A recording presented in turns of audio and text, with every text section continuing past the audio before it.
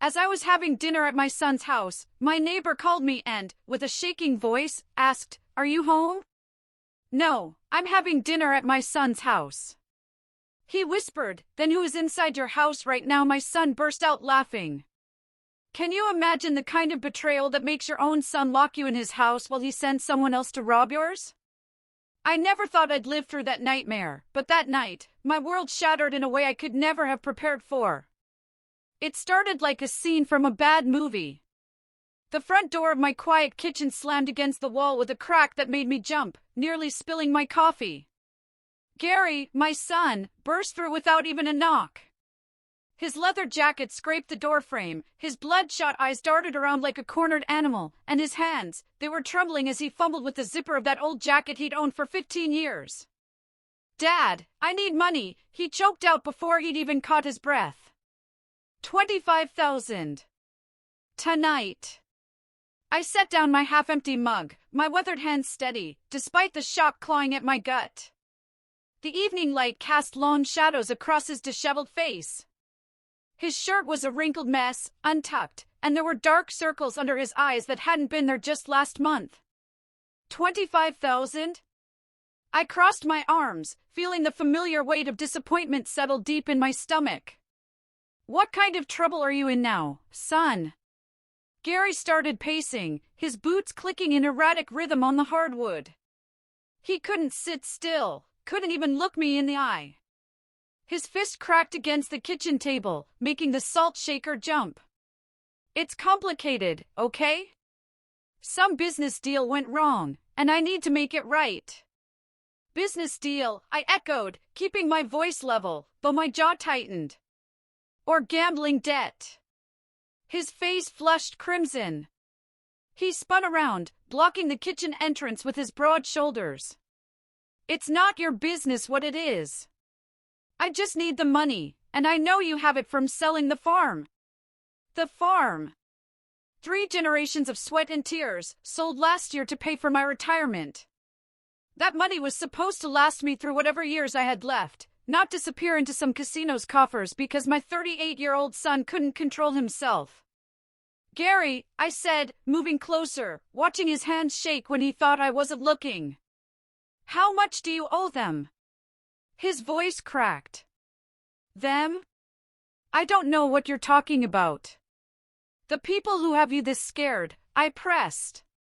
"The ones who sent you here at 8 o'clock on a Friday night, looking like you haven't slept in a week." He ran his fingers through his greasy hair. "Dad, please. You don't understand. These aren't the kind of people who wait around for payment plans." I'd heard variations of this speech before. Last year, it was 12,000 for a sure thing at the track. The year before, 8,000 for poker debts. Each time, Gary promised it would be the last, that he'd learned his lesson, that he was done with gambling forever. But this time, no. "No, son." I straightened my shoulders and looked him directly in the eye. "Not this time." His face went white, then red again. "What do you mean, not this time?" "I'm your son." "Which is exactly why I'm saying no." I turned my back to him, deliberately walking to the sink. "Every dollar I give you disappears into some slot machine or poker game. I won't enable this anymore." "Enable?" The word exploded from his lips like a curse. "I'm asking my father for help, and you call it enabling?" "I call it what it is." I turned back, gripping the edge of the counter. "You're 38 years old, Gary. When are you going to stop running to Daddy every time you make a mess of your life?"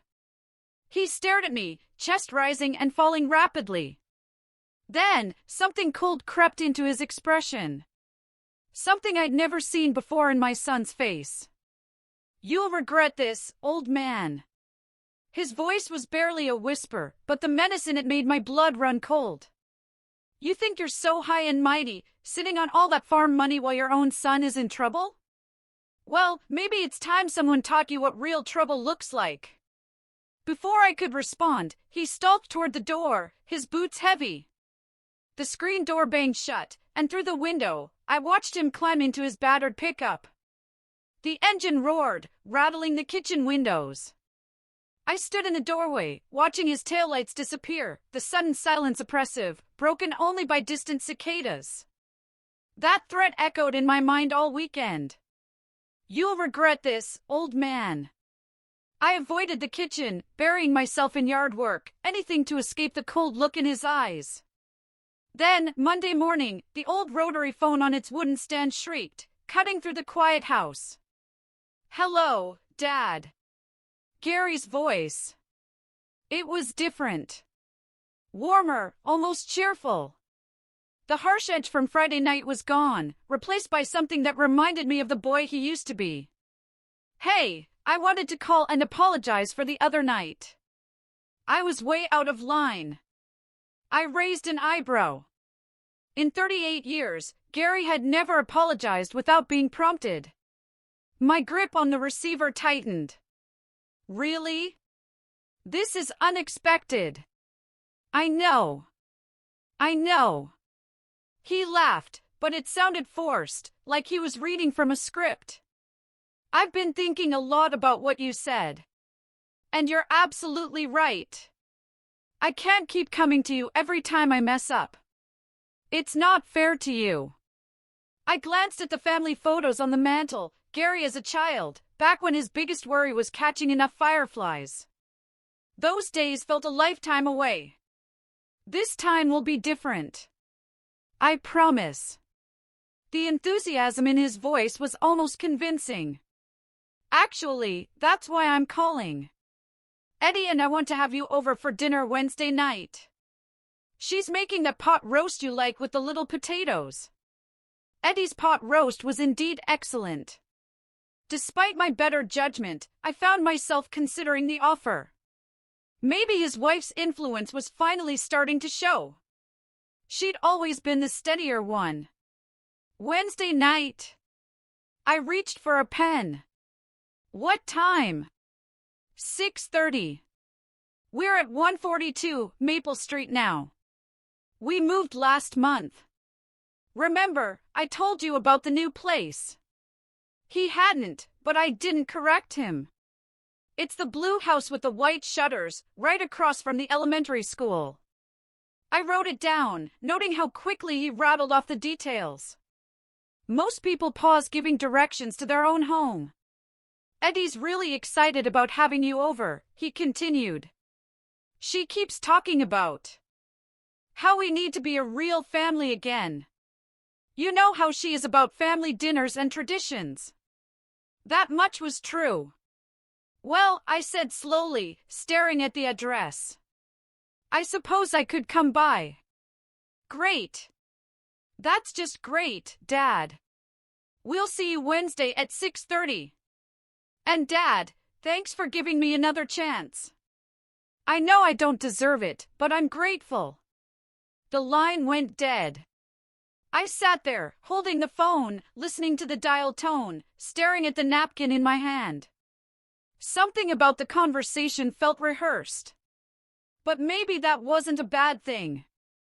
Maybe he'd finally realized he needed to put real effort into rebuilding our relationship. Maybe Eddie had convinced him. I hung up, the paper feeling light, but the weight of the decision pressed down on my chest like a stone. The evening news droned, but my eyes kept drifting to 142 Maple Street. Sleep wouldn't come.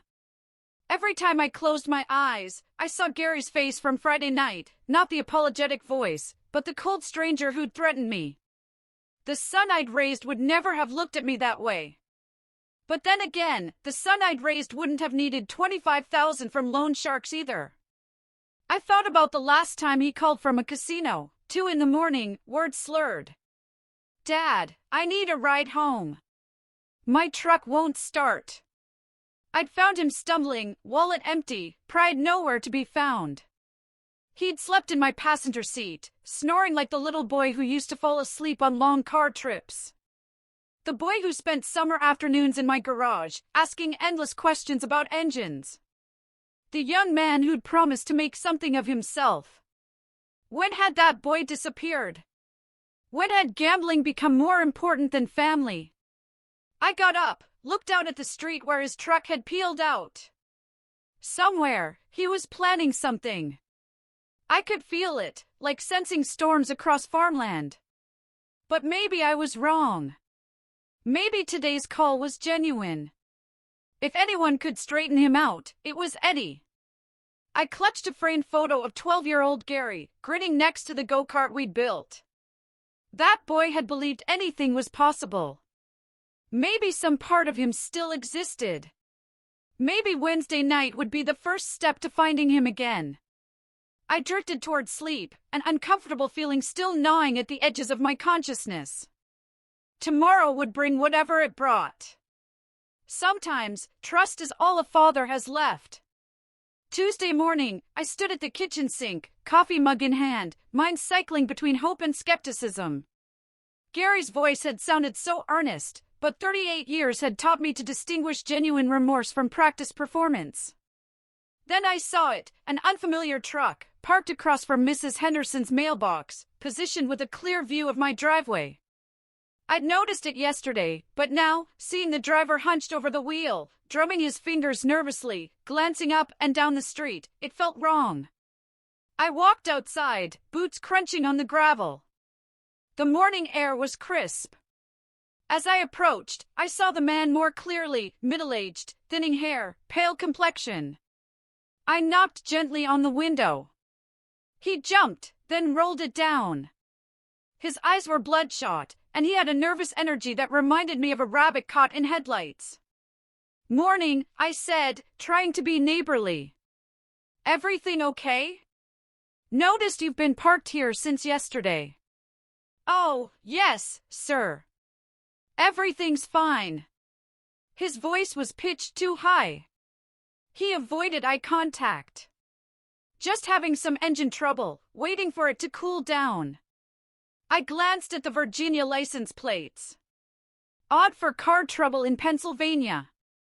Engine trouble? I've got some mechanical experience if you need a hand. Spent 40 years working on farm equipment to pickups. No, that's very kind of you, but I think it's more of an electrical issue. Or maybe the carburetor. He fumbled, contradicting himself. Got a buddy coming to take a look. The tools in his truck bed suggested he knew something about cars, but his demeanor screamed otherwise. His knuckles were white against the steering wheel. "Well, if you change your mind, I'm right across the street. Name's Wilbur Porter." I gestured toward my house, noting how his eyes followed the movement with intense interest. "Good mechanic shop about 2 miles down Route 15. "That's real generous of you, Mr. Porter." Real generous. He seemed desperate to end the conversation. "I'm sure we'll get it sorted out." I stepped back, but something felt wrong. His explanation was too detailed, his nervousness disproportionate. "You take care now." Walking back, I glanced over my shoulder. He'd rolled up his window, back to drumming his fingers, occasionally glancing at my property with calculated interest. I finished my coffee, watching the truck, trying to shake the feeling I'd just been lied to. The license plate number stuck in my mind, JKL 407209. By noon, the truck was gone. Wednesday arrived, a beautiful spring day, making everything seem possible. The truck incident faded as evening approached. Gary's invitation consumed my thoughts. Despite my reservations, I hoped this might be a fresh start. At 5:30, I put on my navy blue suit, polished my shoes, selected a conservative tie, and chose a good bottle of Cabernet from the basement. The mirror reflected a man trying to look his best for his son. How long had it been since we'd shared a meal without tension?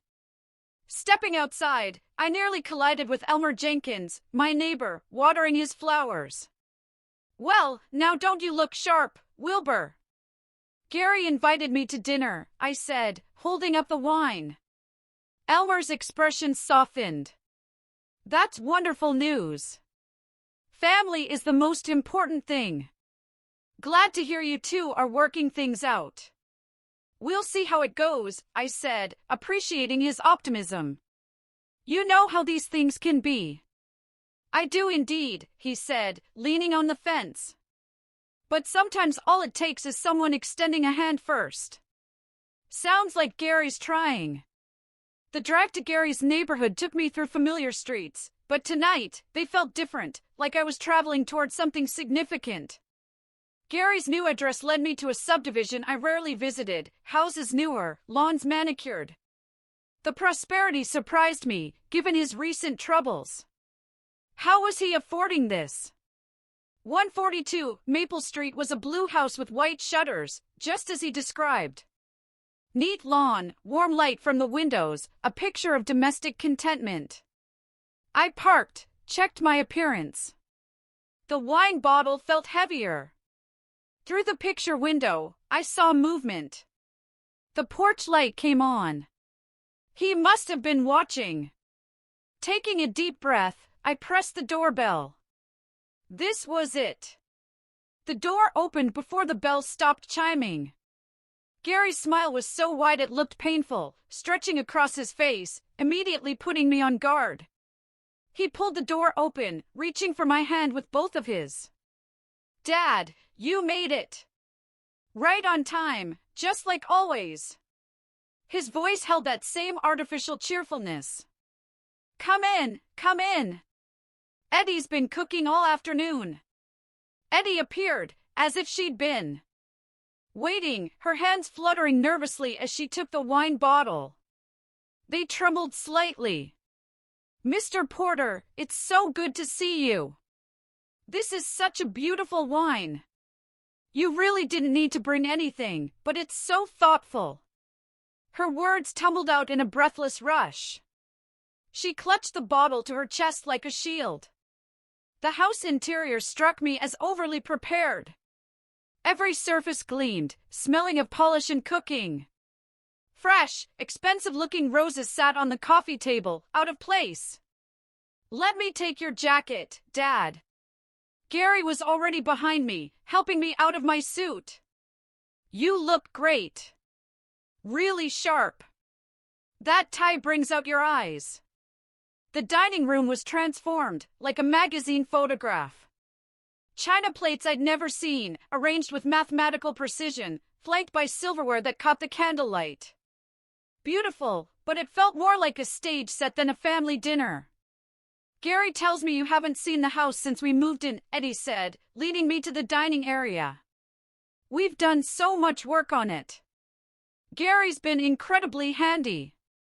I followed, noting she avoided eye contact, her movements quick, efficient, but an underlying tension in her shoulders. The meal itself was impressive, perfectly cooked steak, creamy mashed potatoes, crisp green beans. Everything on those unfamiliar china plates. Gary made a show of opening my wine with a new corkscrew. A toast, he announced, raising his glass with theatrical flourish. To second chances, and family. To putting the past behind us and moving forward together. The wine was good, but I studied his face. His eyes kept darting to his watch, quick glances he thought I wouldn't notice. Each time, his smile tightened. Tell me about your work, Gary, I said, cutting into my steak.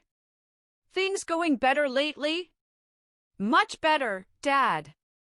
Much better. He launched into a vague description of consulting work and new opportunities, rehearsed and lacking specifics. I've really turned things around, Eddie can tell you. I'm a different person now. Eddie nodded enthusiastically, but her smile was strained. He's been working so hard, really dedicated to making positive changes. Her hands were constantly busy, serving, refilling, adjusting napkins. The conversation felt choreographed. They steered away from uncomfortable topics. When I asked about finances or specific employment, the answers were evasive. Remember when you taught me to change the oil in that old Buick? Gary's forced laugh. I must have spilled more oil than made it into the engine. These shared recollections felt different, too polished, too deliberately chosen to present Gary in a favorable light. It was a performance. I became increasingly aware I was watching rather than participating. Both Gary and Eddie were working from a script, hitting predetermined emotional beats with the precision of actors. Then my phone rang. Its shrill tone cut through Gary's story about potential business expansion like a blade. Both Gary and Eddie froze. For a fraction of a second, before Gary's expression shifted to forced casualness. Go ahead and answer it, Dad. Don't mind us. But I caught something in his eyes. A flash of genuine panic he couldn't hide. My phone's sharp ring sliced through the dinner conversation. Gary's fork paused, Eddie's hands froze. The silence was heavy, broken only by the insistent ringing. Sorry, let me just check who this is. I reached into my jacket pocket, feeling the vibration. Caller ID, Elmer Jenkins. A small surge of warmth.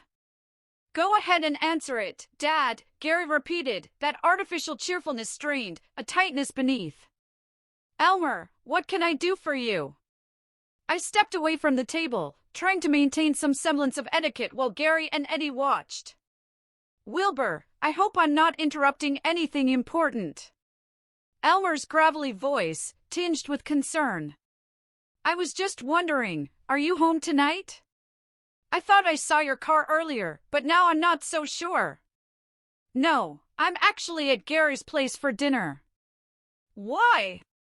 Is everything okay? The words felt strange in my mouth. Wilbur, Elmer continued, his voice carrying an alarm that made my stomach clench. There are lights moving around inside your house.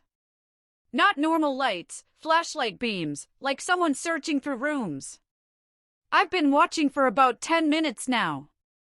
Gary's fork slipped from his fingers, clattering against his plate, the sound echoing in the suddenly quiet room. Eddie's face had gone pale, clutching the wine bottle like an anchor. What do you mean? Lights moving around? My voice sounded distant, alien. Are you certain? Dead certain. I was out checking my mailbox when I noticed them. First in your living room, then the kitchen, now they're upstairs. Whoever it is, they're being systematic about it. Should I call the police? The room tilted. My free hand instinctively reached for my car keys. Yes, call the police. I'm coming home right now. Be careful, Wilbur. I don't know if they're still inside or not. I'll keep watching from my window until you get here.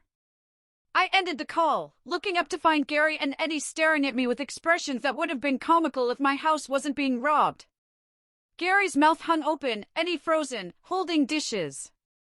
Someone's in my house, I announced, already moving toward my jacket. I need to get home right now. Gary's response came too quickly, his laughter pitched too high, too loud.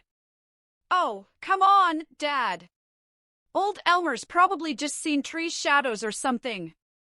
You know how he gets. Always thinking he's still on guard duty from his army days. The dismissive tone struck me wrong, especially after Elmer's worried call. I paused, putting on my jacket, studying Gary's strained smile, the desperation in his eyes. Elmer's not confused, Gary. He knows the difference between shadows and flashlight beams. I pulled my jacket on, checking my keys. Someone's robbing my home while I'm sitting here eating dinner. Dad, please. Eddie's voice was barely a whisper, her hands trembling as she set down the dishes. Maybe there's some explanation. But I was already moving toward the front door, my mind racing. My belongings, my memories, everything I'd worked for. The timing felt wrong, too convenient. Gary rose from his chair so quickly it nearly toppled. His face shifted from fake concern to almost panic. Gary's movement to block my path was swift but clumsy, his desperation finally breaking through. His hands came up in what might have been meant as a casual gesture, but his body language screamed panic. Whoa, hold on there, Dad. You're getting all worked up over nothing. His false laughter echoed, an edge of hysteria. Elmer's 72. The man probably can't see his own hand at night. I stopped, not because his words made sense, but because his tone reminded me of the boy who used to lie about broken windows and missing cookies, the same overeager explanations, the same desperate need to be believed. Gary, move aside. My voice was level, firm. Elmer's eyesight is fine, and he's not the type to call about shadows. Someone is in my house. Look. Okay, maybe he did see something. Gary repositioned himself, more squarely between me and the door, his hands now openly on my shoulders, a restraining gesture, not comforting. But think about it logically. If someone was really robbing houses, wouldn't they pick a time when people aren't having dinner? Wouldn't they case the place first to make sure nobody's around?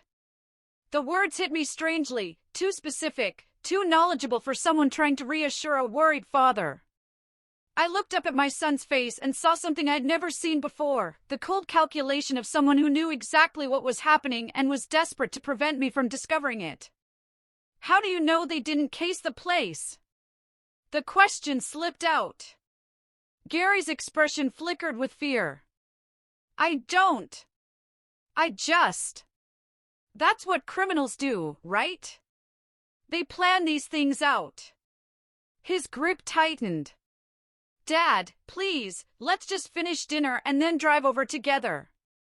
I'll come with you to check everything out. Behind Gary, Eddie was completely still, a dish towel clutched in her white-knuckled hands. When our eyes met, she looked away immediately, but not before I caught the guilt written across her features as clearly as if she'd confessed aloud. Get out of my way, son. The words came out harder than I'd intended, carrying decades of parental authority. I'm going to check on my house now. Dad, you're being unreasonable. Think about this rationally. Rationally? I stepped closer, close enough to see the sweat beading on his forehead. Rationally would be trusting my neighbor's word over the protests of a son who's lied to me more times than I can count. Gary's face flushed. For a moment, I thought he might strike me.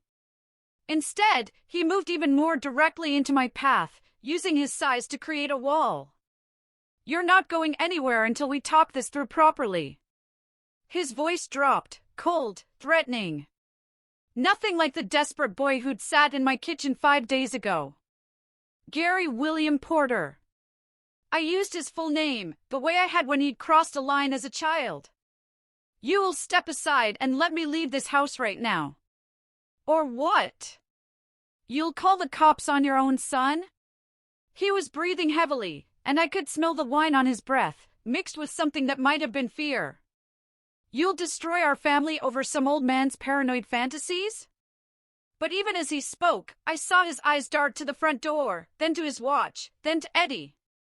The pattern was too specific to be casual anxiety. He was tracking time, measuring it against something else, something that required me to stay exactly where I was for a predetermined period. It's not paranoid if someone's actually in my house, Gary. I took a step forward, testing his resolve.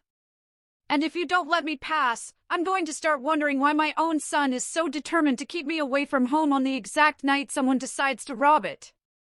The accusation hung in the air like poison gas. I watched my son's face go through a series of micro-expressions, shock, guilt, anger, and finally, a desperate sort of resignation that told me everything I needed to know. Gary's hand shot forward and twisted the deadbolt with a sharp, metallic click that echoed through the hallway like a gunshot. The sound hung in the air, final and unmistakable. He pocketed the key with deliberate slowness, his eyes never leaving mine. You're not leaving, Dad. Not until we figure this out. The simple statement carried more menace than any threat. I stared at my son, the stranger wearing Gary's face, and felt something cold settle in my chest. The boy I'd raised was gone, replaced by someone capable of locking his own father in a house while accomplices ransacked the family home. Gary. My voice was steady, though my heart hammered against my ribs. Unlock that door right now. I can't do that. He leaned back against the door, arms crossed, no longer bothering with the pretense of concern. Not until you calm down and listen to reason. Behind him, Eddie pressed herself against the dining room wall, the dish towel still clutched in her hands, her face showing the kind of horror that comes from watching someone you thought you knew transform into someone unrecognizable. Listen to reason? I kept my voice calm. Son, you just locked me in your house against my will while someone robs mine. What possible reason could justify that? You don't understand the situation you're in. Gary's tone carried a warning that made my skin crawl. There are people involved in this that you don't want to cross. People who don't forgive debts or accept excuses. The admission hit me like a physical blow. Not just that Gary had planned this, but that he was willing to sacrifice his own father to solve problems he'd created through his gambling addiction. I thought about the $25,000 he demanded, about the cold look in his eyes when I'd refused, about his promise that I'd regret my decision. I need to use the bathroom, I said quietly. Gary's expression shifted to suspicion, but basic human decency, or perhaps the last remnants of his upbringing, prevented him from refusing outright. Fine, but don't try anything stupid. The bathroom was at the back of the house. I knew it had a window facing the backyard. As I closed the door, I heard Gary and Eddie talking in hushed, urgent voices. Indistinct, but the tone was pure panic. The window was older than I'd remembered, with a simple latch that opened easily. The screen came away with minimal noise. I found myself looking down at a 6-foot drop into Eddie's flower bed. Not ideal for a 60-year-old man, but manageable. Getting through that window required more flexibility than I'd possessed in years, but desperation provided both motivation and strength. I landed heavily in the soft earth, dirt staining my dinner clothes, small branches catching at my jacket. The impact sent a shock through my knees, but nothing felt broken. Behind me, Gary's voice was getting louder, more agitated. How long before he realized? My car keys were still in my jacket pocket. The engine turned over smoothly. I backed out of the driveway with careful precision, not wanting to alert the neighbors. It wasn't until I was several blocks away that I allowed myself to fully process what had just occurred. My own son had betrayed me. Not just refused to help, not just lied or manipulated, but actively orchestrated a crime against me while pretending to offer reconciliation. The dinner, the apologies, Eddie's nervousness, all of it had been theater, designed to keep me away while my house was robbed. The drive back to my neighborhood passed in a blur of familiar streets and unfamiliar emotions. Anger, betrayal, and a deep sadness that felt like grief for the son I'd thought I knew. But underneath all of that was something else, a cold determination that Gary had inherited from me, along with his mother's eyes and my stubborn streak. He'd made a mistake letting me discover his plan. An even bigger mistake underestimating what his old man was capable of when pushed too far. I'd spent 40 years working with my hands, solving problems, dealing with difficult people. My son was about to learn that some lessons come too late to do any good. As I turned onto my street, I could see police lights flashing in the distance, red and blue reflections dancing off the windows. Elmer had kept his word. Now I needed to get home and find out exactly what my son and his accomplice had stolen from me.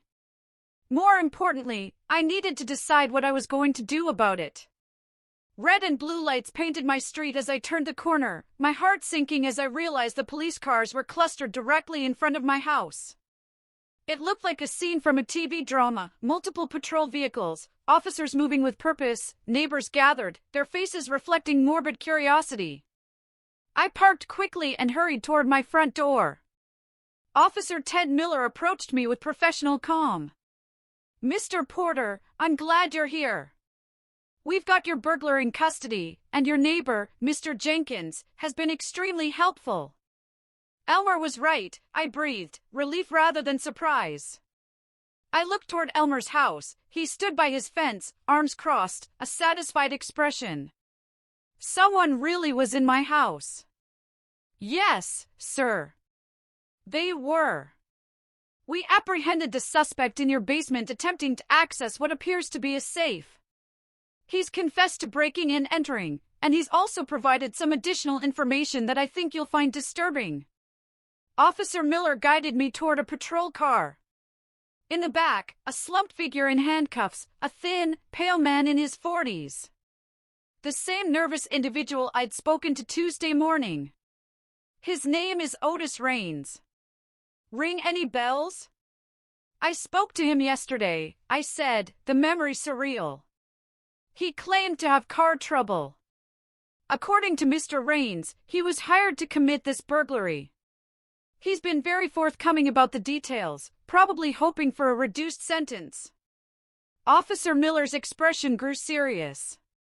Mr. Porter, he claims your son Gary arranged this entire operation. The words hit me like a physical blow, even though part of me had been expecting them. Hearing it confirmed by law enforcement made it undeniably real. Gary hired him to rob my house while I was at dinner? My voice came out flat, emotionless, as my mind struggled to process the full extent of my son's betrayal. That's what he's telling us. Says Gary promised him $5,000 to get into your safe and retrieve $25,000 in cash. When we arrested him, he immediately started talking about how Gary had set up the dinner invitation, specifically to keep you away from the house during the burglary. I walked closer to the patrol car and looked directly at Otis Raines. When he finally met my gaze, I saw shame and fear, but no real remorse. He was a man caught, not a man regretful. Did you get into the safe? I asked Officer Miller, still staring at the burglar. No, sir. Your basement door was locked.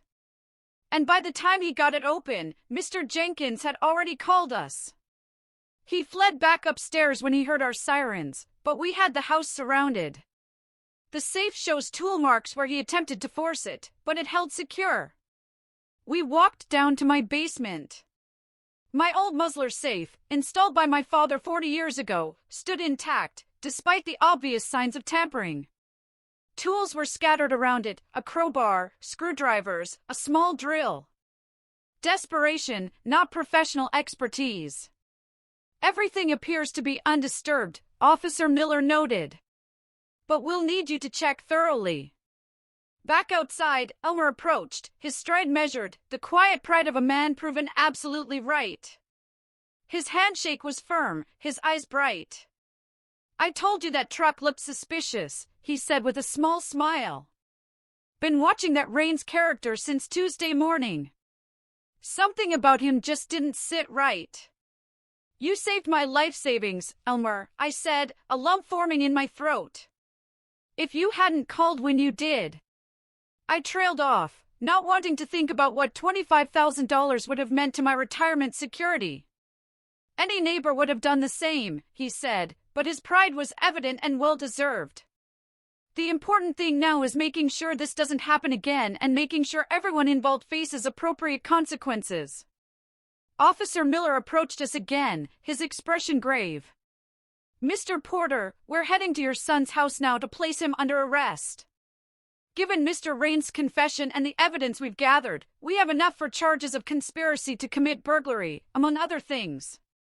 I need to ask, do you want to press full charges against your son? I looked back at my house, thinking about the violation of trust, the elaborate deception, the cold calculation. Then I looked at Elmer, who'd risked his own safety. Yes, the word came out hard and final. I want full charges pressed against Gary Porter, and against anyone else involved in this conspiracy. The drive to Gary's neighborhood felt different this time. Not the hopeful journey of a father seeking reconciliation, but the grim procession of justice finally catching up with deception. I followed the police convoy at a respectful distance, watching the red and blue lights reflect off house windows. Gary's house was blazing with lights when we arrived, every window illuminated. Through the large picture window, I could see frantic movement, Gary pacing like a caged animal, Eddie moving between rooms with what looked like suitcases. Officer Miller positioned his unit strategically, creating a perimeter. I parked across the street, close enough to witness justice. The front door opened before Officer Miller could knock. Eddie stood in the doorway, her face pale and drawn, looking like someone who'd been crying for hours. Behind her, Gary was visible, his earlier confidence completely evaporated, replaced by the desperate expression of a man whose careful plans had collapsed. "Mrs. Porter, we have a warrant for your husband's arrest." Officer Miller's voice carried across the quiet street, professional but firm. "Is Gary Porter inside?" "He's here." Eddie's voice was barely audible, but she stepped aside to allow the officer's entry. "He's been expecting you." Gary appeared in the doorway, no longer the manipulative son who'd tried to charm me just hours earlier. His shirt was rumpled, his hair disheveled, and his hands shook visibly as Officer Miller began reading his rights. "You have the right to remain silent. Anything you say can and will be used against you in a court of law." "This is ridiculous." Gary's voice cracked as the handcuffs clicked into place. "You're destroying a family over some old man's paranoid fantasies. My father doesn't know what he's talking about." "Gary William Porter, you're under arrest for conspiracy to commit burglary, solicitation of criminal activity, and conspiracy to commit theft." Officer Miller's tone remained professional. "Your accomplice has provided detailed testimony about your role in planning and financing this operation." "Accomplice? What accomplice?" "I don't know what you're talking about." But even as Gary denied everything, his eyes darted toward the patrol cars. I knew he was looking for Otis Raines, hoping his hired burglar hadn't betrayed him. Eddie stood in the doorway, watching her husband's arrest with a look that combined horror and resignation. When Gary looked to her for support, she took a deliberate step backward, distancing herself physically and emotionally. "Eddie, tell them this is crazy. Tell them I was with you all evening. You know I didn't do anything wrong." Gary's voice rose to a desperate pitch. "I know you locked your father in our house." Her voice was quiet, but clear enough for everyone to hear. "I know you hired someone to rob him while you kept him away from home. I know you planned this whole thing because he wouldn't give you money for your gambling debts." The admission hung in the air like a confession in church, final and damning. Gary's face went white, then red, then white again as he realized his own wife was refusing to provide him with an alibi. "You don't understand what you're doing." He struggled against the handcuffs as officers guided him to the patrol car. "There are people involved in this that you can't protect me from. If I can't pay them back, then you should have thought of that before you tried to steal from your own father." Eddie interrupted, her voice gaining strength. "Before you turned our marriage into part of your criminal schemes." As Gary was placed in the back of the patrol car, I could see him through the window, still talking desperately, still trying to manipulate. But the door closed on his protests, and suddenly the street was quiet again, except for the radio chatter. Officer Miller approached my car.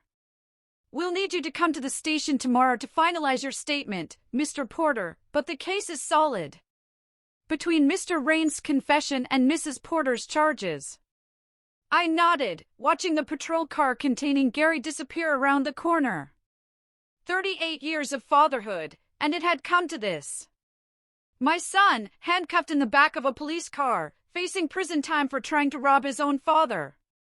The neighborhood slowly returned to normal as the police cars departed. But for the Porter family, nothing would ever be normal again. 2 days later, Friday afternoon found me sitting on my front porch with Elmer, sharing a quiet beer. "Court called this morning," I told Elmer. "Gary got 5 years probation, full restitution, and 500 hours of community service. Judge said the family nature of the crime was an aggravating factor, not a mitigating one." Elmer nodded approvingly. "Sounds about right. What about the other fellow? Raines? 2 years in county prison. Judge wasn't as lenient with him, being a repeat offender and all." I looked across the street, where the empty space in front of Mrs. Henderson's house reminded me of where this whole drama had started. Funny thing is, I almost feel sorry for Gary. Almost. Almost counts for something, I suppose, Elmer said, leaning back in his chair. Shows you're still his father, even after everything. The conversation lapsed into comfortable silence, the kind that only comes between friends who've been through something significant. Elmer had become more than just a neighbor. I keep thinking about that Tuesday morning, Elmer said eventually. Something about that truck just bothered me, you know? Couldn't put my finger on it, but it was like watching someone case a house in broad daylight. Your instincts were spot on. If you hadn't been paying attention, if you hadn't called when you did. I shook my head, not wanting to dwell on what might have happened. Those savings represent 40 years of work, Elmer. My entire retirement fund was in that safe. Well, it's still there, and that's what matters. He gestured toward my house. And now you know your home security is solid. That old safe of your father's proved its worth. I'd spent the previous day upgrading my security system, not out of paranoia, but practical acknowledgement that trust, once broken, needed to be rebuilt with precautions. Heard from Eddie yesterday, I mentioned. She's filing for divorce. Said she can't be married to someone who'd victimize his own family for gambling money. Smart woman. She seemed like she was caught in the middle of something she never signed up for. Elmer's tone was sympathetic. Any word on whether Gary's getting help for his gambling problem? Court-mandated counseling as part of his probation. Whether it takes or not. I shrugged, trying to balance hope with realism. I suppose that's up to him now. I can't fix him, and I can't keep enabling him by bailing him out of trouble. The afternoon sun was warm on my face. For the first time in days, I felt truly relaxed. The crisis was over. Justice had been served. Life could move forward, not the same as before. Trust once shattered leaves permanent scars, but forward nonetheless. You know what the strangest part of all this was? I asked Elmer.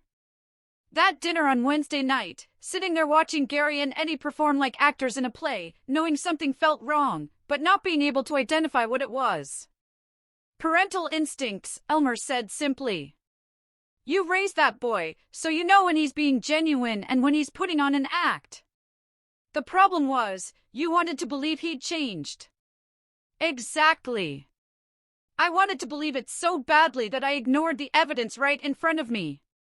I finished my beer and set the empty can on the table. Won't make that mistake again. Doesn't mean you stop hoping, though, Elmer added. Just means you hope with your eyes open. As evening approached, neighbors emerged for their weekend activities. Mrs. Henderson waved, the Johnson kids rode their bikes, their laughter echoing. This was what Gary had tried to steal from me, I realized. Not just money, but the security that comes from knowing you can age in place, surrounded by people who care. Elmer's vigilance had protected more than just my savings. It had preserved the peace of mind that makes retirement possible. Thank you, I said to Elmer, the words carrying more weight than casual conversation. For watching out for me, for trusting your instincts, for being the kind of neighbor everyone deserves. Elmer smiled, the expression mixing pride with genuine affection. That's what neighbors do, Wilbur.